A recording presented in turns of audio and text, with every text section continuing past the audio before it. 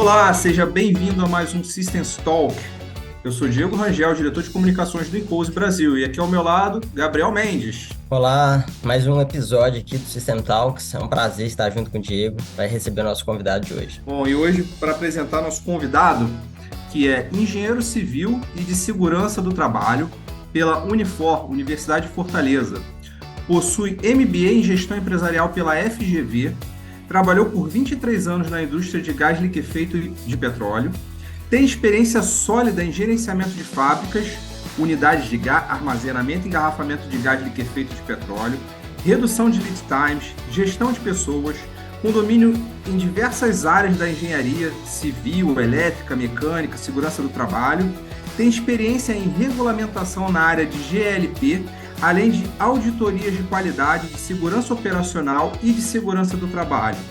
Tem experiência em congressos internacionais na área também e de segurança ocupacional. E foi o organizador do livro Nova Visão de Segurança no Trabalho, Um Olhar Brasileiro. E também tradutor do livro Por Amor ao Zero, a Falibilidade Humana e o Risco. Seja bem-vindo ao Systems Talk, Gival Menezes.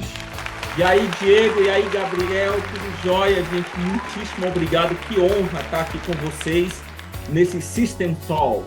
Bom, Gival, e assim, conforme o pessoal entendeu, né, a partir da leitura aqui do seu currículo, que, na verdade, você não veio como engenheiro de sistemas aqui para conversar com a gente. Você veio trazer um outro assunto, mas que, quando nós conversamos, né, quando nós começamos a conceber a ideia desse podcast, vimos que tinha tudo a ver com a engenharia de sistemas, porque também é uma abordagem sistêmica.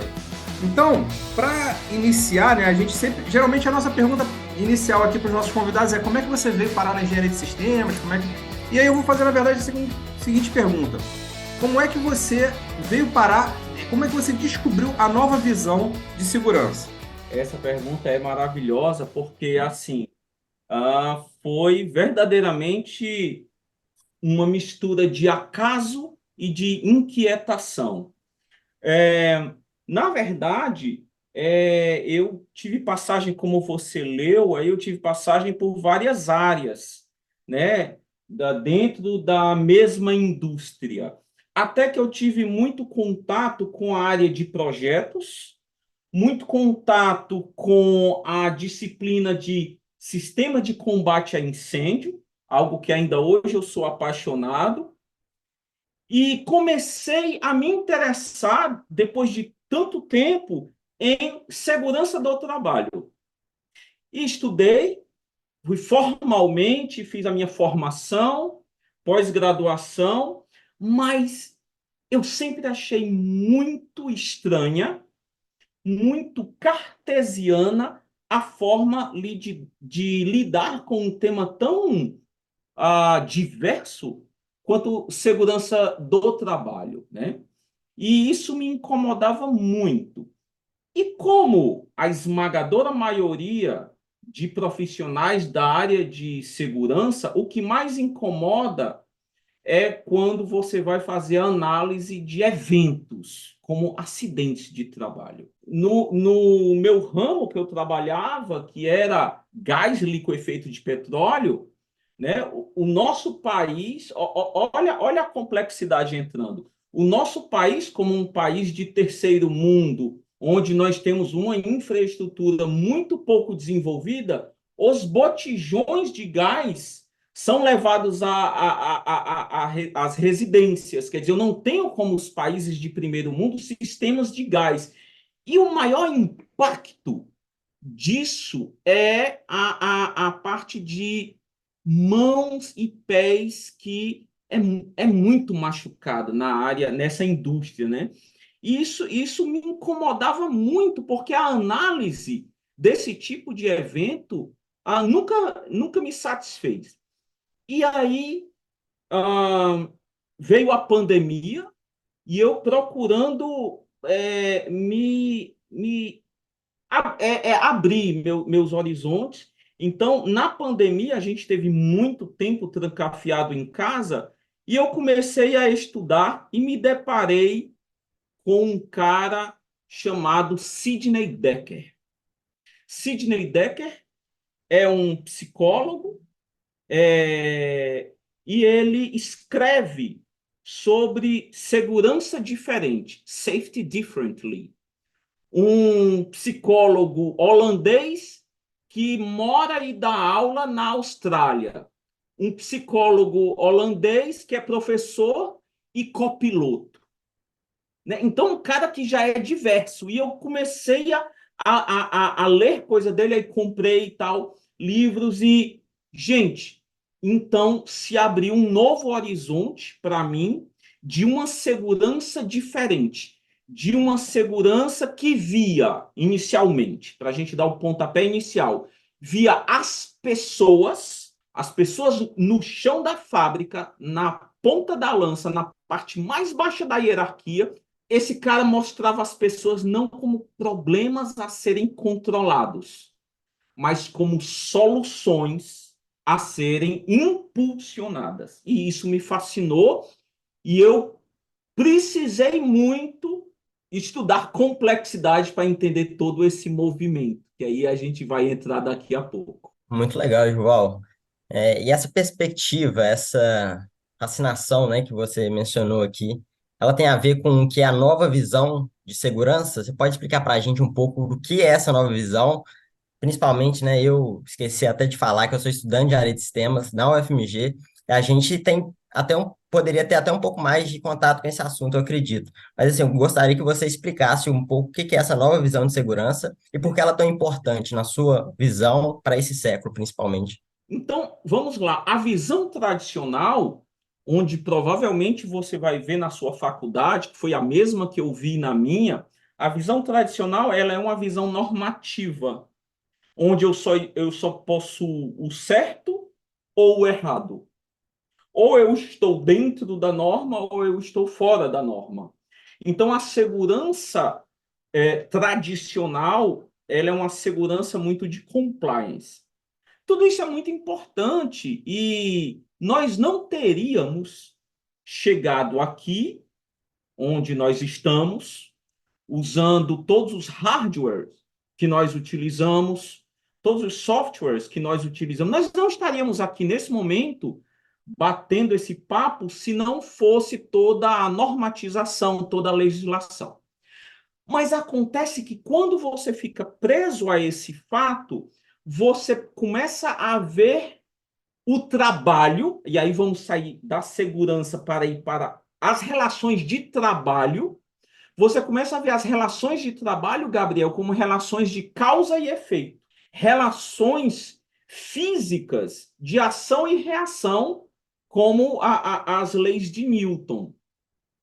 E a nova visão, ela veio para dizer o seguinte: quando eu coloco pessoas nessa equação, o número de variáveis aumenta tanto que eu não posso mais tratar segurança, eu não posso mais tratar a engenharia das organizações, eu não posso mais tratar a administração de empresas como algo linear. Eu tenho que tratar como algo sistêmico, algo holístico.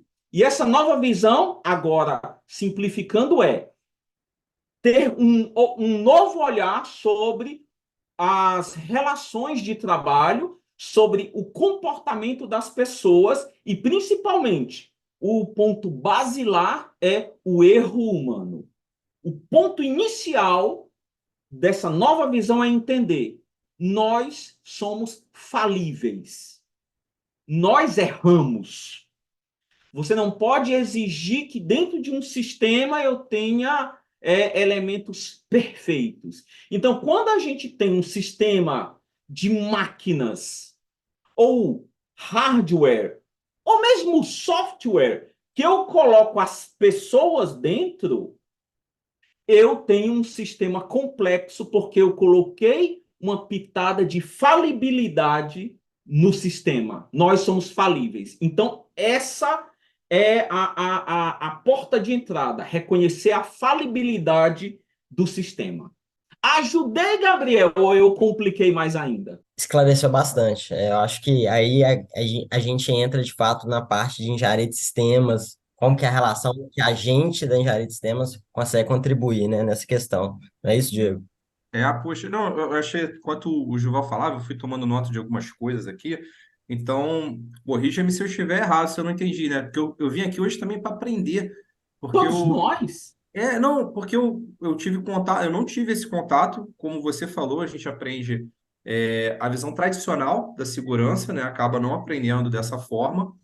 Assim, eu acho que, na verdade, se for parar para pensar, a gente tradicionalmente é ensinado a ter essa visão mecanicista e reducionista de tudo. E com a segurança não é diferente. Então, Uhum. até esse é o link interessante de se fazer, né? Porque assim como a engenharia de sistemas tenta ter uma visão holística e jogar uma abordagem sistêmica, a nova visão de segurança ela faz a mesma coisa, só que para a questão da segurança.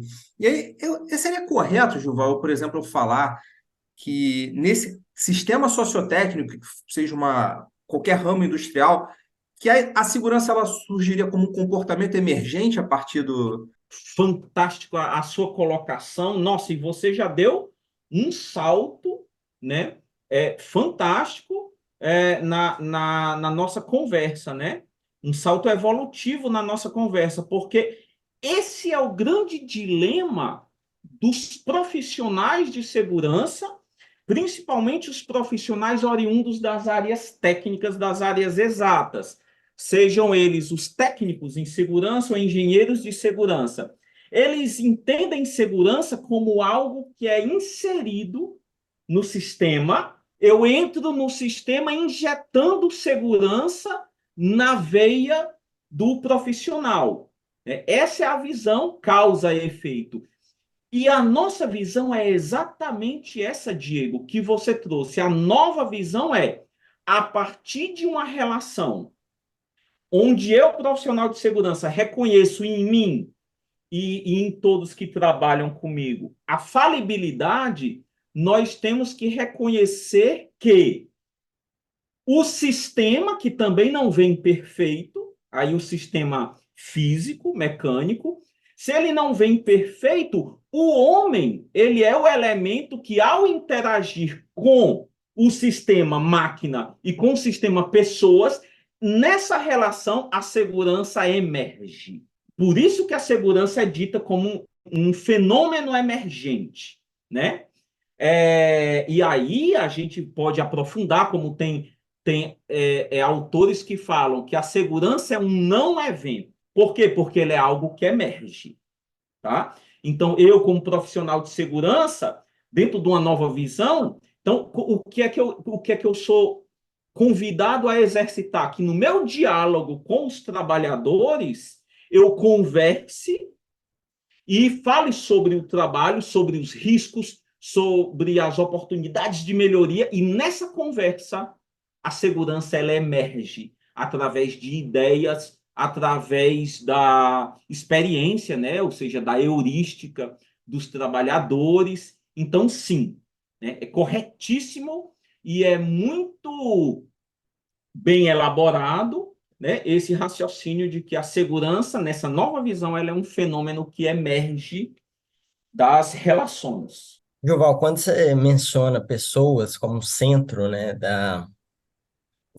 dessa nova visão, essa questão, aí eu vou fazer um link aqui com uma formação que eu vi aqui no seu perfil sobre a formação de gestão empresarial, acho que é até mais relacionada a Sim. pessoas mesmo. Então, eu gostaria que você, pensando nisso, você fez essa formação pensando na questão já na segurança, com relação a pessoas em si, e também fazendo outro link, falar um pouco sobre um projeto profissional seu, que você acha que que você viu, né, que teve resultados positivos, como destaque mesmo, conseguiu colocar na prática todos esses conceitos, assim. A primeira pergunta é sobre a formação. Eu sempre gostei de pessoas, né? Sempre gostei de pessoas e em um dado momento da minha carreira, extremamente de ciências exatas, eu senti a dificuldade de estudar mais a fundo sobre gestão de pessoas. Então, na época, eu procurei a melhor instituição que tinha em nível de pós-graduação e fiz um MBA nessa área que juntava a gestão de pessoas, gestão financeira, gestão do marketing, ou seja, vendo o negócio de um ponto de vista mais generalista do que da engenharia, que era até então a minha única formação. Então, eu sempre gostei de pessoas. E esse gostar de pessoas foi o que me aproximou de uma série de elementos da segurança, Gabriel. Tipo, a sistemas de combate a incêndio e plano de ações emergenciais. Foi algo que eu me desenvolvi. Então, dentro da indústria, eu tenho que ter um sistema muito robusto de emergência, onde eu tenha o que é que os equipamentos vão me prover e o que é que as pessoas, num caso de emergência, como vão proteger umas às outras. Então, isso foi algo também que sempre me chamou muita atenção, já nos meus estudos de sistemas de combate a incêndio. Então, eu fui me aproximando disso, mas aí depois, só depois dos 40, né? Só depois dos 40, e olha que eu já passei dos 40 faz tempo, depois dos 40 que eu digo, não, eu vou ter uma formação em engenharia de segurança. Embora eu já trabalhasse com sistemas de combate a incêndio, brigadas de emergência, como eu falei e tal. E aí eu fui estudar isso e, na boa, gente, eu odiei o curso de pós-graduação em engenharia de segurança, porque, como eu falei, que era totalmente normativo. E eu queria ver outro panorama. Então, tive que aprender sozinho o que é nova visão de segurança. Sozinho, sem nenhuma instituição, mas com a ajuda de muitas outras pessoas, né? E aí entra na sua segunda pergunta. Estudando nova visão de segurança e me juntando com pessoas, né? Lembra, vamos posicionar agora, a nova visão de segurança é algo muito novo no Brasil e que eu descobri no início da pandemia, no auge, naquela dúvida, eu surto ou não surto, né?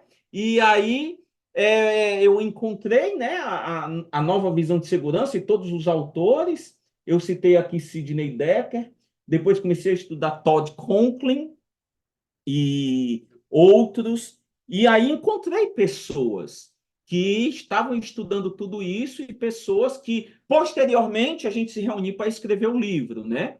Então, eu sou um dos organizadores do livro, como o Diego leu no meu currículo. A gente escreveu o livro depois. Mas aí, estudando isso tudo, eu disse, vou aplicar onde eu trabalho. E aí, dentro do meu trabalho, eu comecei a pegar um pedaço prático, né? Com minha formação de exatas, né? Eu sempre pego tudo isso, como é que eu trago um pragmatismo aqui, né? Que os diretores fiquem satisfeitos. É lógico, nós temos boletos para pagar. E aí eu digo, vamos fazer algo chamado Learning Teams, que é equipes de aprendizagem, times de aprendizagem. Então eu comecei a estudar e a experimentar, e de uma forma autodidata eu aprendi isso, e fui aplicar na empresa. Eu tinha uma posição corporativa, então peguei pessoas-chave no Brasil todo. Trabalhava numa empresa de posição, tinha 34 unidades no Brasil todo, então peguei pessoas do Brasil todo, de Belém do Pará até Canoas, no Rio Grande do Sul, e fui treinar essas pessoas para serem multiplicadores de learning teams, times de aprendizagem. E aí, o que aconteceu? A gente começou a ver os acidentes de trabalho de uma forma diferente. Porque o grande lance é deixar de investigar acidentes de trabalho e passar a aprender com os acidentes de trabalho, que é o objetivo de Learning Teams. Eu fiz isso e deu muito certo no meu trabalho, deu tão certo no meu trabalho que eu consegui hoje viver só de consultoria. Que em um dado momento houve uma discordância e graças a Deus eu fui desligado, né? E aí parti para a carreira solo onde eu estou hoje, né? E é muito nesse mundo holístico, nesse mundo sistêmico que a gente vive, num mundo não linear, uma demissão ela pode ser uma dádiva, como foi para mim, né? Que legal, João. Pô, muito bom né? Ver que você pegou esse conhecimento, não só difundiu, como continua propagando isso. E aí eu queria exatamente fazer uma pergunta nesse contexto. Hoje, pela sua experiência, o quanto essa nova visão de segurança ela está difundida no Brasil? Como tem sido a aceitação dela nas empresas? As empresas estão buscando cada vez mais? Pode contar um pouquinho para a gente sobre isso? Posso, respondendo da última para a primeira. Sim, as empresas estão buscando cada vez mais. Então, assim, tem sido uma coisa muito gratificante, né? Muitas empresas grandes, multinacionais, têm buscado a parte mais prática da nova visão de segurança, né? Que é a filosofia HOP, Human and Organizational Performance, na belíssima língua de Camões, desempenho humano e organizacional. Desempenho humano e organizacional, que doravante eu vou chamar apenas de HOP, é uma filosofia que ela coloca em prática todos esses conceitos diversos de visão holística da segurança. Então, as empresas têm buscado isso. Val, olha, eu quero um treinamento de HOP. Então, a gente vai até lá e começa a falar, né? A gente montou um formato e as empresas adoram isso porque é algo muito novo e muito disruptivo. Então, tem havido, sim, uma demanda grande de empresas enormes cuja matriz fala e aqui a turma chega no Brasil e diz, olha, aqui no Brasil tem gente fazendo isso já e tal. Então tem toda essa coisa e graças a Deus a gente partiu na frente e tem toda essa demanda. Mas na prática, quando a gente diz vamos agora a campo, o japonês iria dizer vamos ao Gemba, né? Vamos ao Gemba, fazer um Gemba Wall. E aí, quando a gente vai a campo, a coisa fica difícil. Porque eu, enquanto líder, gerente, eu fui doutrinado no modelo comando e controle, causa e efeito.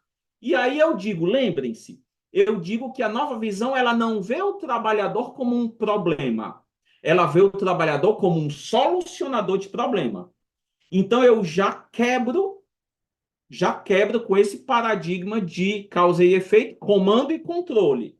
Eu não tenho que comandar nem controlar. Eu tenho que ir lá e impulsionar esse cara para ele ser verdadeiramente solucionador de problema. E isso dá uma verdadeira dissonância cognitiva nas lideranças. Então, na prática, não é fácil de implementar, porque é uma mudança de paradigma. Eu ia dizer que é preciso uma mudança de mindset, mas isso está muito demodé já, né? Então, não vamos dizer mudança de mindset, vamos falar em mudança de paradigma, que é a mudança do paradigma comando e controle. E assim, eu fico muito feliz de verdade ver abordagens sistêmicas sendo bem sucedidas, bem implementadas. Acho que logo no início você com certeza deve ter enfrentado uma série de barreiras, como você como bem comentou agora, né? A gente vive uma situação bastante similar, né, na engenharia de sistemas. Muita gente ainda desconhece, praticamente a maioria das lideranças não recebeu o treinamento ou uma formação nesse paradigma, né, de ter uma visão mais sistêmica, e acaba que o nosso trabalho se torna até um trabalho de formiguinha, né? Realmente indo formando Sim. times, pessoas que vão propagando até que aquilo crie raízes fortes o suficiente para ficar na cultura organizacional, né, de uma empresa, de uma instituição. Antes de você elaborar mais uma pergunta, Diego, o que acontece é que verdadeiramente é muito difícil para os líderes, para os nossos colegas profissionais que saem das ciências exatas. Mas veja, para fazer a pessoa pensar em complexidade, não é tão difícil, porque a vida é complexa. Então, são poucos exemplos, com poucos exemplos, a gente já começa a desmontar esse modelo mental de causa e efeito. E nas minhas andanças, para dar esses exemplos é fácil. praticar é difícil, mas para dar os exemplos é muito fácil. Então, eu carrego comigo, no meu toolkit, né, uma série de exemplos de diferentes níveis de compreensão, onde as pessoas vão entender, nossa, verdadeiramente é complexo. Então, recentemente eu estava no coração da Amazônia, numa viagem muito bonita que eu fiz a trabalho, numa mineração de nióbio. Eu acompanhei, Coração, eu vi as fotos. coração da Amazônia mesmo, um lugar lindo, um lugar muito bonito, né? E eu fui convidado para falar com os operadores durante uma CIPAT, Semana Interna de Prevenção de Acidente. Que é uma coisa que eu não gosto muito, eu gosto de falar com a liderança, que são eles que fazem as fortes mudanças organizacionais. Mas foi tão gostoso falar com os operadores, os líderes de turno, porque eles entendem complexidade.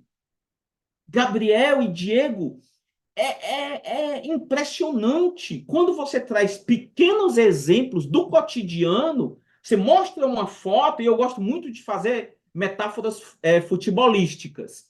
Então, eu mostro aqui um jogo de futebol, eu digo, olha aqui, se o cara chutar aqui e tal, tem pessoas aqui, tem uma bola, eu tenho uma estrutura que é a trave, a rede, eu tenho o vento, que é uma força da natureza incontrolável.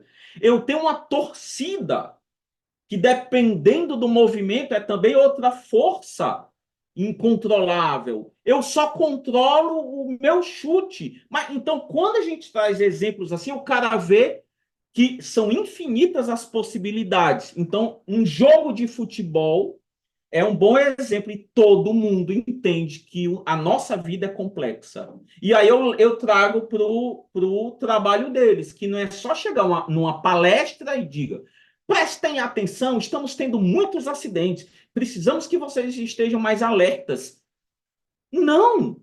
Isso é uma forma cartesiana e errônea de ver a segurança. Não é isso, não é pedindo para as pessoas prestarem mais atenção, é entendendo o meu entorno e tudo que há nele, que eu vou conseguir contribuir para um trabalho mais seguro. Não só eu seguro, porque eu não estou numa ilha, né? Eu não estou numa ilha com uma bola de vôlei chamada Wilson. Não. Eu estou num ambiente fabril, com um monte de gente, e tem outros colegas com outras metas, e às vezes as metas são conflitantes. Então, quando a gente mostra isso para o pessoal, do operador ao gerente, eles entendem complexidade, porque a gente faz com que os caras vejam a vida do trabalho como ela é. E a vida, ela é complexa. Muito bacana, Gival. Gostei muito quando você mencionou logo uma pergunta do Diego aí sobre questão do trabalhador ser o centro, ser o solucionador de problemas. E também você mencionou sobre a questão da complexidade, tratar a segurança como algo não linear, algo que Isso. não deve ser cartesiano a forma que a gente lida com as situações, né? Igual você mencionou aqui agora. Pensando nisso, e também pensando um pouco mais sobre o erro humano, que já foi mencionado aqui, mas eu gostaria que você abordasse um pouco mais sobre essa questão do erro humano. Eu Perfeito. acho que quando a gente fala em engenharia de sistemas, a gente fala também de muito de lidar com pessoas, e quando lida com pessoas, como você também bem mencionou, tem a questão que o erro humano, o erro até de interpretação, dependendo quando a Sim. gente fala, por exemplo, de requisitos, de que maneira o erro humano deve ser tratado nas organizações, pensando no quesito de segurança. Perfeito. Nossa, que pergunta fantástica, Gabriel. E eu vou te responder fazendo um pedido. Nesse momento que a gente está conversando, você tem um computador na sua frente, baixa a vista, olha para o teclado dele, conta para mim quantas teclas de apagar você tem. Pagar duas delete e Delete backspace. e backspace. Alguns computadores mais compactos não tem nem backspace, tem só uma setinha para voltar, né? Sim. Alguns computadores só tem um enter, alguns têm dois. Cara, Mas quem montou esse hardware já sabe. Os caras, na pressa de digitar, vão errar. E aí eu dou duas opções para ele: conserta para frente, conserta para trás, ou del ou backspace. O cara que pensou no WhatsApp, ele já está lá, quando eu estou colocando, quem tem os dedos maiores escreve um monte de coisa errada. O que é que ele faz? Ele já sugere uma correção, baseado no que tu costuma escrever. Então, tem uma inteligência artificial trabalhando para dizer, você vai errar. Não é se você errar, Gabriel. Quando você errar, o meu software já vai corrigir o que você escreveu. Não é se você errar. Quando você errar, o meu hardware, que é o meu teclado, já vai te dar duas opções para deletar ou para voltar, né? Com backspace. Na fábrica, o que é que a gente faz? Se não adianta eu pedir para as pessoas errarem menos, porque nós, enquanto seres humanos, somos falíveis, e pior, ou melhor, nós que desenhamos os sistemas, nós que projetamos, somos nós que executamos, nós que pegamos toda a tubulação e vamos lá, toda a parte pneumática, a parte mecânica de uma fábrica. E a pergunta que a gente faz dentro dessa nova visão, considerando o erro humano e a nossa falibilidade é: onde o meu sistema ele está robusto o suficiente para que aconteça a falha segura? Quando, não é se, quando eu estiver na minha fábrica e eu puxar uma alavanca errada, lá na frente, como é que o sistema automaticamente vai bloquear esse fluxo, por exemplo, que eu liberei errado, e ele vai me sinalizar, e ele não vai deixar que esse fluxo continue, por exemplo. Quando eu apertar um botão errado, como é que o sistema lá na frente vai piscar e vai dizer, não, não, não, não, isso aqui vai dar errado. Opa, opa, opa, deixa eu me recuperar. Aí entra a resiliência, que é um conceito da física e é uma grande teoria da nova visão, que é a engenharia de resiliência. Belíssima. E aí ela diz, qual é a capacidade do meu sistema de voltar ao equilíbrio, ao eixo? Porque eu tenho um sistema aqui, quando eu puxo uma válvula num sistema hidráulico, eu alterei o fluxo e o sistema entrou num sistema de turbulência, para a gente falar de hidráulica e termodinâmica. Como é que o meu sistema, que o operador errou, ele vai automaticamente trazer de volta o meu sistema para o equilíbrio? Então, isso é resiliência. Então, a gente aprende muito com a aviação. A indústria da aviação, ela é perfeita para trazer de volta um sistema que está fugindo, que está à deriva, drift, né? Tem outra teoria fantástica, que é drift into failure, que é derivando até a falha. Então, meu sistema está derivando, como é que eu volto? Né? Porque o sistema tem que me ajudar a voltar, porque eu vou errar. Então, quando eu vou fazer o meu Gemba Walk, quando eu vou, né, no chão da fábrica, o que nós, profissionais de segurança, defensores da nova visão, o que a gente procura ver é onde o meu sistema está pronto para a falha segura. Quão robusto está o meu sistema? Respondi, Gabriel? Ou eu confundi mais ainda? Respondido. E acho que também envolve um pouco, Gilval, você pode me corrigir se eu estiver errado, aqui no curso de área de sistemas a gente tem contato com a matéria chamada confiabilidade de sistemas. Eu Perfeito. acredito que em termos de medir a segurança, medir essa questão de erro, tudo, acho que tem uma relação forte com essa área também, né? Posso pegar carona aí? Nós, profissionais de segurança, nós medimos segurança errado. Completamente errado, Gabriel.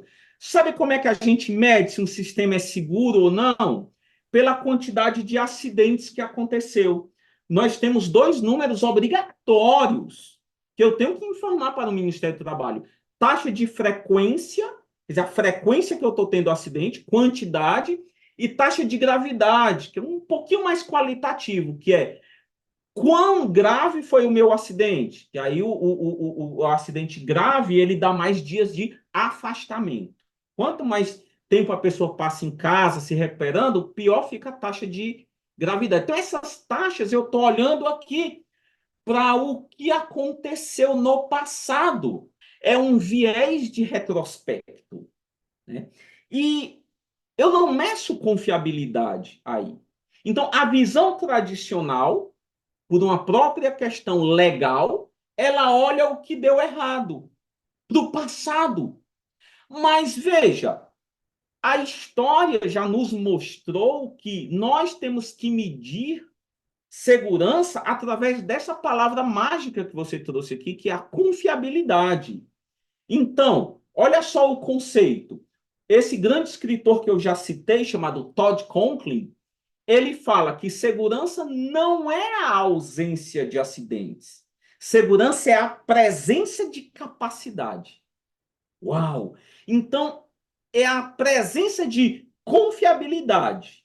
Vamos exemplificar. O exemplo mais icônico no mundo industrial talvez seja a plataforma de petróleo chamada Deepwater Horizon, que chama-se Horizonte Profundo, na nossa bela língua. Então, em 2010, 20 de abril de 2010, ela simplesmente incendiou e ela passou 3 dias queimando até que ela afundou e ela passou meses derramando óleo bruto na toda a costa dos Estados Unidos, né? Que era no Golfo do México. Então, olha só, ela estava há 7 anos sem nenhum acidente, segundo a contabilidade deles. Mas eles estavam contando com o indicador deles de segurança era o passado, acidentes que não aconteceram no passado. Mas eles não estavam medindo a confiabilidade do presente. Então, segurança é a presença de capacidade, a presença de confiabilidade. E o sistema não era confiável. E eu não estou falando de sistema mecânico. Eu estou falando de sistema mesmo, onde você tem, além das pessoas, das máquinas, do projeto, você tem sistema de compra, o supply chain e sistema de desenho de terceirizados, de prestadores de serviço. Então, eles tinham lacunas nesse processo e a especificação de um dado produto foi errada, que era o cimento, o concreto que ia vedar o poço, e ele foi o estopim para todo um problema latente. Então, gente, 11 pessoas morreram em um acidente ambiental terrível, prejuízo ambiental para o planeta terrível. Então, nós não podemos mais, Gabriel, medir segurança pelos dias que estamos sem acidentes, taxas de frequência, taxas de gravidade. Não, a segurança é o que está presente hoje. Quão confiável é o meu sistema? E sistema, dentro da visão sistêmica, é pessoas com máquinas, pessoas com pessoas, pessoas com sistemas, né? Pessoas com meio ambiente, máquinas com meio ambiente, são todas essas relações. Gilval, pô, vou aproveitar esse exemplo que você deu, que me fez lembrar de um livro que eu li já faz um tempo, mas que esse livro, na verdade, o nome dele é até engraçado, foi isso que me fez comprar esse livro, que é o Por que Pessoas Inteligentes Cometem Erros Idiotas. Não sei se você já ouviu falar desse livro, mas Sim, ele sim. tem um trecho que ele fala do seguinte, que para as instituições o acidente é menos grave do que os quase acidentes, do que aqueles que não viraram acidentes e por isso são tratados com uma certa levianidade. A partir do momento que as pessoas viram que, bom, deu tudo certo. Então, elas, ao invés de mudarem algum tipo de procedimento, mudarem algum tipo de cultura para realmente evitar aquele acidente, elas continuam fazendo a mesma coisa, propagando um erro, que aí provavelmente vai resultar em algo catastrófico, como foi o exemplo que Exatamente. você deu. Você pode ter mais algum comentário sobre Sim, esses sim. quase acidentes? Perfeito, É tudo perfeito. uma questão de métrica, né? Porque esses eu sequer consigo. Se eu medir o passado é ruim, esse que eu não meço, então, Perfeito. E aí você tem duas características muito interessantes, né, nesse exemplo que você deu, que merecem destaque. A primeira coisa é eu encarar o quase acidente como um precursor direto para o acidente. Então, em 1931, um americano de nome alemão chamado Heinrich pesquisou uma série de acidentes e fez um trabalho muito bom para a época, onde ele descobriu uma proporção dentro do universo dele, que era um universo, vamos chamar assim, bem limitado, vendo hoje, mas para a época era o que ele tinha, que para a época era uma quantidade enorme. Ele disse, olha, para cada 300 eventos, vamos dizer assim, não tão grave, eu tenho 329 eventos um pouco mais graves para ter um evento muito grave. Depois, um cara chamado Frank Bird criou a famosíssima pirâmide de Bird. E aí ele disse, não, aí ele foi aumentando essa proporção. Para cada quase acidente, tem tantos isso, e no topo, uma morte. E aí vai, e outras consultorias famosíssimas fizeram isso até hoje, né? Fizeram isso até hoje, e até hoje as pessoas acreditam. E eu, durante muito tempo, antes desses meus estudos de nova visão, eu acreditava nisso. Mas isso é muito nefasto.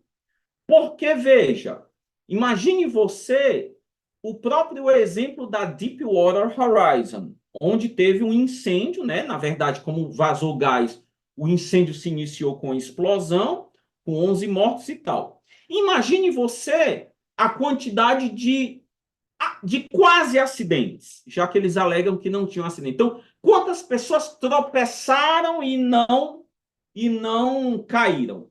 Quantas pessoas derrubaram pesos enormes? Estamos falando de petróleo, né? Então, tudo de petróleo é extremamente exagerado. É diferente da área que eu trabalhei, que era gás. O máximo era 8 polegadas em gás. Petróleo é tudo absurdo, né? E imagine quantos pedaços de tubulação, flanges, não caíram perto das pessoas. Nossa, quase acidente. Só que o acidente aconteceu justamente por uma conjunção de fatores que nunca haviam sido imaginados, que era a junção de fatores que não tinham, até então não tinham precedentes, que era a especificação do concreto errado, mas um monte de outras coisas que não estavam bem instaladas e que na hora do vazamento não conseguiram cessar o vazamento, e na verdade um monte de coisa falhou na Deepwater Horizon. Então, não há como você traçar uma proporção de previsibilidade, né? De uma proporção como piramidal, como as pessoas querem. Não tem como. Então, o que é que eu trago na nova visão? A gente traz o seguinte: isso aí, Diego, que você trouxe, que não aconteceu nada, caiu um peso enorme, mas a pessoa estava a 1,5 metro dele, só tomou um susto e ficou surdo durante 5 minutos por causa do impacto, mas depois voltou, só o susto mesmo. A gente pode aprender com esse quase acidente. Lembra que eu falei que o meu primeiro experimento respondendo aquela pergunta fantástica do Gabriel, dentro do meu trabalho, foi trazer learning teams, equipes de aprendizagem? Então, vamos juntar aqui uma equipe interdisciplinar, ou multidisciplinar, como queira, e vamos entender como é que esse processo acontece que hoje causou esse quase acidente. E aí é onde a gente traz na nova visão a variável que estava aí adormecida, colocaram no nitrogênio líquido e ela ficou congelada, que é a aprendizagem dentro das organizações. Como é que eu aprendo? Então é com isso, com Learning Teams. E aí, Gabriel e Diego, isso é tão importante na nova visão que a gente não precisa esperar acontecer um acidente, a gente não precisa esperar nem aquela peça cair. Eu explico. A gente, dentro dessa nova visão, dentro desse conceito de Learning Teams, a gente tem a possibilidade, tem método para isso, para aprender com aquilo que dá certo. Então, em novembro, agora, passado, eu fui convidado para ir para outra mineradora, dessa vez não mais de nióbio, mas de potássio, onde me fizeram descer 450 metros de profundidade, né? E aí como a gente nós, né, somos seres sistêmicos, né? Nós não somos causa e efeito. Eu consegui, pensando nisso tudo, vencer a minha claustrofobia e desci. Na boa, cara, na boa. Só para você ter uma ideia, 450 metros de profundidade dá um prédio de 130 andares. Nem Balneário Camboriú não tem esse prédio ainda. Então, olha só, desci e nós fomos convidados, enquanto consultores, a entender um processo que estava dando muito certo, que é o processo lá de frente de Lavra. O planejamento de curto prazo de lavra, que é um processo da mineração. Eu nem conhecia esse processo. Não conheço nada de mineração, mas fui lá aprender. Lembra que a gente chega e fala que eu vou aprender com os trabalhadores? Aprender com os trabalhadores. Então a gente foi lá, juntou os caras, operadores, mecânicos, os caras veteranos, os terceirizados.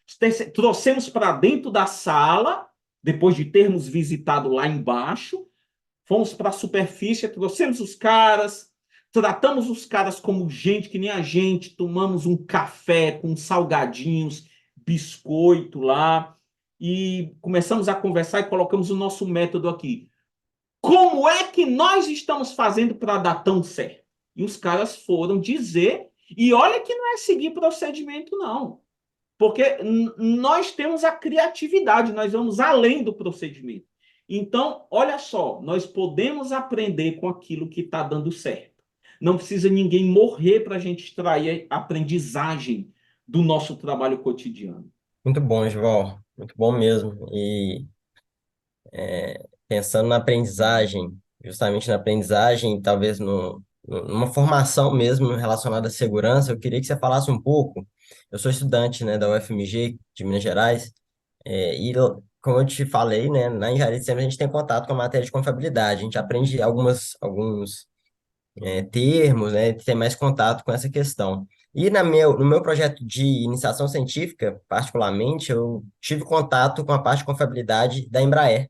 E lá eu tive contato com o que eles aplicam lá, quais as métricas, como que eles lidam com o sistema, no caso a aeronave, que é bem, o Fantástico. quesito Nossa, de confiabilidade é muito forte. você não é bobo, você foi na creme de la creme da confiabilidade, né? Sim, aí eu tive contato, eu aprendi algumas coisas, né, e estou em contato ainda aprendendo, mas eu queria que você falasse um pouco disso, né, todo o meu contexto, que é como que você enxerga é, tratar a área de segurança dentro da universidade, mais especificamente no curso de engenharia.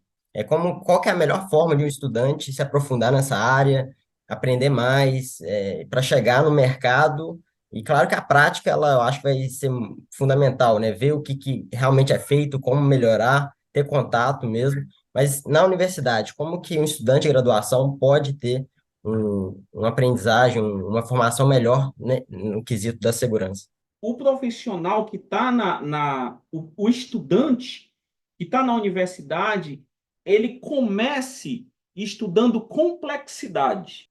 Olha só, vou contar minha história rapidinho sobre meu choque com a complexidade. Quando eu saí da minha faculdade de engenharia civil, eu emplaquei logo numa pós-graduação sobre um tema que eu achava que ia bombar nos próximos anos, que era meio ambiente, né? E nunca bombou. né? Nunca, nunca, na verdade. E aí eu fiz uma pós em gestão ambiental. Olha, e o meu maior choque foi quando uma professora, uma bióloga, trouxe, aí eu vou trazer minha idade aqui, trouxe uma xerox, né, de um capítulo de um livro chamado A Teia da Vida, de um autor austríaco, um Fritjof físico Capra. chamado Excelente, Fritjof Capra. excelente, excelente. Diego e Gabriel, foi uma porrada na minha cara. Eu li aquele capítulo, Diego, sobre ecologia profunda, e eu digo para vocês, eu nunca mais fui o mesmo. Porque eu passei a ver o mundo de forma holística. Então, para a gente saber mais sobre segurança, Gabriel, a gente tem que estudar complexidade. E tem um monte de gente boa escrevendo sobre complexidade, né? O Capra, eu já comecei no nível hard, né? Porque Fritjof Capra, a teia da vida, é hard, né? Muito hard. Mas eu acho que a gente tem que estudar complexidade. Quando a gente entende complexidade, a gente vai entender que o ser humano, ele é parte, apenas uma parte no todo. Aí você vai ver a segurança como uma emergência. Emergência, toca o alarme. Não. Algo que emerge, a segurança é algo que emerge das interações, tá? Então, e aí você tem que estudar pessoas. Porque para qualquer trabalho de engenharia, principalmente engenharia de sistemas, você tem que entender como é que o ser humano funciona. Não é só o cérebro humano, eu não estou falando aqui de neurociência. Não, não, não. Nós, como um todo, como é que nós funcionamos? Quais são os vieses da gente? E aí a gente vai entender como é que o ser humano pega aqui um computador, um mouse e tal. Por que que um ser humano como eu, que sou canhoto, o meu mouse está aqui do lado direito? Né? Então, como é que eu funciono, não o meu cérebro, mas eu com a minha experiência, e eu dentro de um ambiente desse, de um ecossistema desse. Então, a gente tem que entender o ser humano, e nós temos que estudar complexidade.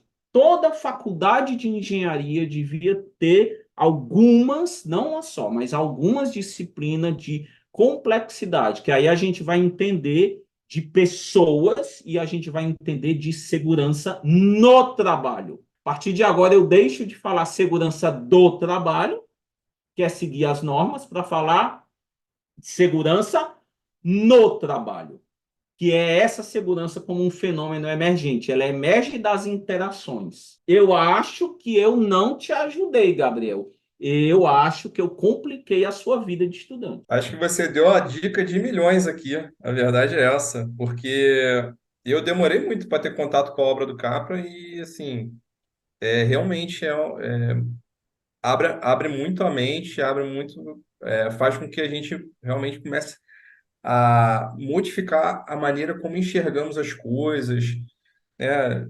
É excelente. Eu queria fazer uma pergunta agora, Gilvar, tentando contextualizar. Aqui na engenharia de sistemas, para que a gente consiga gerenciar e ter um pouco melhor essa visão da complexidade que envolve os sistemas, hoje em dia está muito em voga utilizar a modelagem, né? O Model-Based Systems Engineering. Então, existem uma série de ferramentas que ajudam, inclusive linguagens de modelagem. E aí eu só queria fazer a minha pergunta, no caso, seria: dentro da nova visão de segurança, quais são as ferramentas, quais são os tipos de modelagem? Existe algum software? Como é que vocês tratam essa questão da complexidade? Qual o ferramental que vocês usam? Existem alguns modelos e eu vou destacar aqui dois, muito pouco utilizados, porque você precisa pensar de forma sistêmica para começar a visualizar como é que funciona o modelo. O primeiro modelo é um modelo mais simples, eu diria, mais simples. chamado Aximap. Foi desenvolvido por Jens Rasmussen, e ele fala que eu tenho que entender as relações de trabalho, entendendo no nível mais básico do usuário, entendendo como é que a liderança desse turno, dessa máquina, dessa linha de frente, ela trabalha, quais são as influências de outros stakeholders, aí vai subindo os níveis hierárquicos, tipo os órgãos locais, né? As agências e o governo, ok? Porque aí eu entendo que eu tenho uma máquina.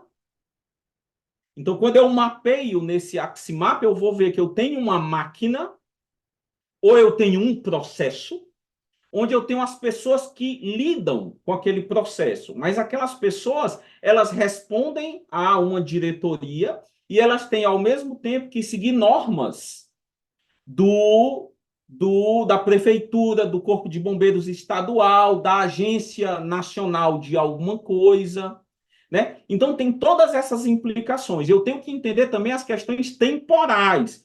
Como é que isso funcionava no passado e o que é que eu estou herdando aqui? Então, tem esse modelo, Aximap, e tem tem podcast e vídeos sobre isso, a gente pode deixar links aqui. E tem um modelo, que esse modelo eu curto mais, que é o modelo FRAM, né? Termina com M de modelo, que é o modelo da ressonância funcional. Como é que as coisas ressonam? Então, é um modelo onde cada etapa do processo é um hexágono, ou hexágono, como queira. Então, eu tenho diversas variáveis, variável quantidade, variável tempo. Então, como é que esse processo interfere no outro? Só que esse processo e esse aqui, eles dois combinados interferem no outro, então deixou de ser linear. Então, eu tenho vários hexágonos interagindo entre si, ok?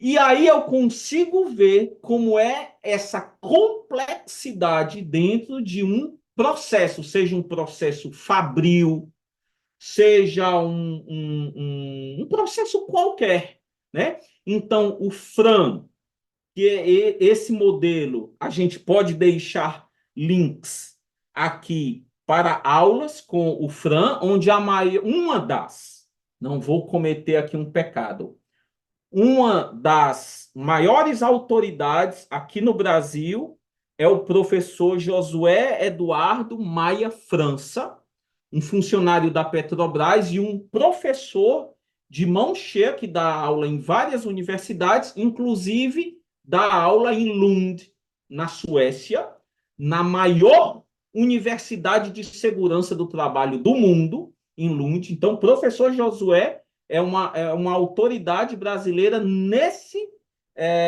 nessa modelagem de complexidade dentro das relações de trabalho. Muito, muito interessante. Agora, o que acontece? Você vai em qualquer indústria hoje. O que é que as indústrias estão usando? 5 porquês e diagrama de Ishikawa. 5 porquês porque é fácil. Por que aconteceu isso? Por que aconteceu isso? Por que aconteceu isso? E eu paro o último porquê quando a coisa começa a ficar mais espinhosa. Quando a coisa começa a ficar mais complicada para o meu lado. Porque eu vou dizer que, nossa, aquela decisão daquele diretor de alterar essa aquisição desse componente fez com que a gente adquirisse esse outro componente e aí deu ruim aqui no meu processo. Não vamos citar esse cara, não. Vamos não. Eu e você temos boleto para pagar, vamos ficar nesse porquê aqui, que a gente já tem ação. Então, nesse momento, ocorreu um construto, ocorreu uma construção social. E aí eu digo, pasmem, causa raiz é uma construção social. Não adianta eu pegar modelos lineares para dizer que achei a causa raiz. Causa raiz é uma construção social. É onde eu, o Gabriel e o Diego decidimos parar. Vamos parar por aqui? Vamos dizer que a causa raiz aqui? Senão eu vou voltar e chegar até o Big Bang. Para quem é evolucionista, né? O problema foi o universo que tá. Para quem é criacionista, né? Vai dizer que o problema foi Deus que criou Adão, criou a mulher, criou a serpente, criou a maçã, juntou esses quatro e deu M, né? Então eu vou voltar lá. Para eu não voltar tanto, eu digo, vamos parar por aqui no nosso departamento? Então, por quê? Então, as indústrias estão usando métodos lineares, né? E modelos lineares para tentar encontrar supostas causas raízes de fenômenos emergentes de processos de ambientes sociotécnicos complexos. Então, recomendo vocês pesquisarem FRAM. Vamos deixar link aqui para a turma pesquisar podcasts e vídeos sobre FRAM. Muito legal. Acho que tudo que a gente escutou aqui, né, acompanhou todo esse conteúdo é fantástico, né, Diego? Acho que, para mim, eu especificamente aprendi bastante. E caminhando até para o nosso final aqui desse episódio de muito conteúdo, gostaria, Edval, que você falasse um pouco sobre dicas, né? Você deu a dica do podcast, você falou um pouco até da experiência que você teve profissional lá na Amazonas, também falou do livro. Mas eu queria que falasse uma dica, uma experiência de passeio, esporte, viagem, série, livro, não necessariamente técnica, pode ser algo que você gosta de ler, algo que você Fantástico. gosta de assistir para o pessoal aqui, dos nossos ouvintes. Joia, joia. Que legal você ter falado isso. Então, recomendo. Tá quentinho aqui na Netflix, que é um documentário muito legal de assistir. Ele é angustiante, né? Mas muito legal de assistir sobre Fukushima. Aí a turma vai entender o que é um sistema sociotécnico complexo, o que é uma força da natureza incontrolável e como o ser humano ele é capaz de dar vida para salvar uma cidade inteira, quiçá um país inteiro, né? Então vamos deixar essa dica, salvo engano, o nome do documentário é uma série, né, sobre Fukushima, acho que são As Sei Horas. qual é, eu comecei até a ver já essa, eu botei na minha lista, né? Não cheguei a ver não, mas botei na minha lista depois do Chernobyl que eu adorei, foi Muito bom. uma minissérie que eu adorei, eu falei, pô, quero ver de Fukushima também. Isso, Fukushima está muito bom. Chama-se Três Dias que Mudaram Tudo. Três Dias que Mudaram Tudo. Tá lá na Netflix. Então eu recomendo porque você vai entender de uma forma lúdica, mas algo real, palpável, como é que um sistema geração de energia, cara. Geração de energia, como é que pode dar tão errado e como é que pode dar tão certo, né? Não vou dar spoiler aqui, mas pelo menos todo mundo sabe que o Japão ainda existe lá. O Japão ainda está lá, né? Então, o Spoiler da mundo vida não real. acabou. Então, não é spoiler. Então, como é que uma coisa que dá tão errado no final dá tão certo, né? Por conta dessa complexidade. Gente, e quem quiser estudar mesmo, inclusive fazer curso para entender complexidade um pouquinho mais, eu recomendo que eu fiz o curso desse cara. O nome do cara chama-se David Snowden. Não é Deixa eu o que colocar roubou os aqui. segredos americanos, só para ficar claro, né? Não, não, não, não. O David Snowden, ele é um cara que ele fez um modelo também, um framework chamado Kinevin, né? Chamado Kinevin, ele se escreve Cinefin. A gente pode deixar um link também aqui, Sim. Cynefin, mas na língua dele, salvo engano, do país de Gales, pronuncia-se Cynefin, onde ele fala de sistemas complexos. E ele fala do que é claro, ou que é simples, do que é complicado, que não é complexo, complicado é complicado, do que é complexo e do que não controlado, não apreciado, vira caos. Então ele fala dessas 4 dimensões de uma forma muito legal. É um curso legal, agora só tem em inglês. Cynefin, a gente lê Cinefin ou Cinefin, mas muito interessante mesmo para você entender e fazer essa diferença, gente. Uma máquina é algo complicado. Um computador é complicado. Eu desmonto e monto todo. Mas quando eu ponho um ser humaninho operando essa máquina com seus desejos, as suas metas, e principalmente se esse ser humaninho tiver um chefe, a coisa fica complexa, né? Então é muito interessante também ler um pouco sobre o método, o modelo Cynefin. Perfeito. Excelente. Ótimo. Muito Muito bom bom. mesmo. Muita dica, muito engrandecedor e, como eu falei lá no início, né? Muito afim da engenharia de sistemas, que Total. acho que a gente só aprende complexidade dessa forma, né? Ela tá na nossa vida, temos contato todo dia, mas a maneira como a nossa mente é treinada não permite, talvez, se coloca um monte de filtros que a gente não consegue observar essa complexidade na sua totalidade. E aí, conforme a Perfeito, gente vai tendo exatamente. o contato com essas obras, o contato com essas teorias, esses modelos mentais, a gente começa a enxergar as coisas de uma forma diferente. Ival, eu agradeço imensamente a sua participação aqui no Systems Talk. Eu acho que vamos mais para frente, para o futuro, vamos pensar em outros tópicos. Eu acho que a gente tem muita coisa ainda para conversar e espero que você tenha gostado também de participar aqui conosco. Foi um prazer fora do comum estar aqui com vocês, né, ter essa oportunidade de falar, né? E é muito interessante isso de vocês trazerem alguém como eu, que vem de outra disciplina, que ganha vida dando consultoria, teoricamente, numa outra área, mas isso é complexidade, né?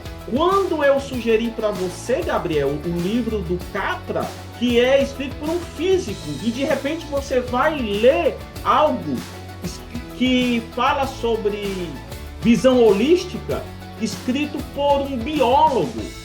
E os melhores caras que escrevem sobre segurança do trabalho são psicólogos, alguns médicos e alguns engenheiros aqui e acolá, né? Mas a vida é assim, ela é multidisciplinar, não é isso? Gente, prazer enorme estar aqui com vocês, né? A gente pode deixar uns links aqui e acolá, eu solto um vídeo no YouTube, né? Tô no LinkedIn, tô bem ativo no LinkedIn, lá eu sou Gilval Menezes, com Z, e tô postando algumas coisas.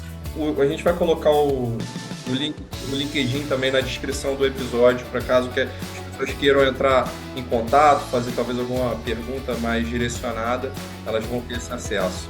E eu respondo com o maior prazer, né? Eu adoro quando as pessoas me consultam, porque eu tô com uma dificuldade, porque como eu sou da época dos papéis xerocados, então eu tenho alguns anos de estrada e eu posso dar alguma contribuição, né, na hora do sufoco. Gente, valeu mesmo, muitíssimo obrigado, Gabriel, Diego, e estou à disposição para novos convites. Falou, muito obrigado aí. E esse foi mais um Systems Talk. Acompanhe nossas redes sociais para mais informações e mais conteúdo em português de qualidade sobre engenharia de sistemas, sobre complexidade, sobre pensamento sistêmico. Forte abraço.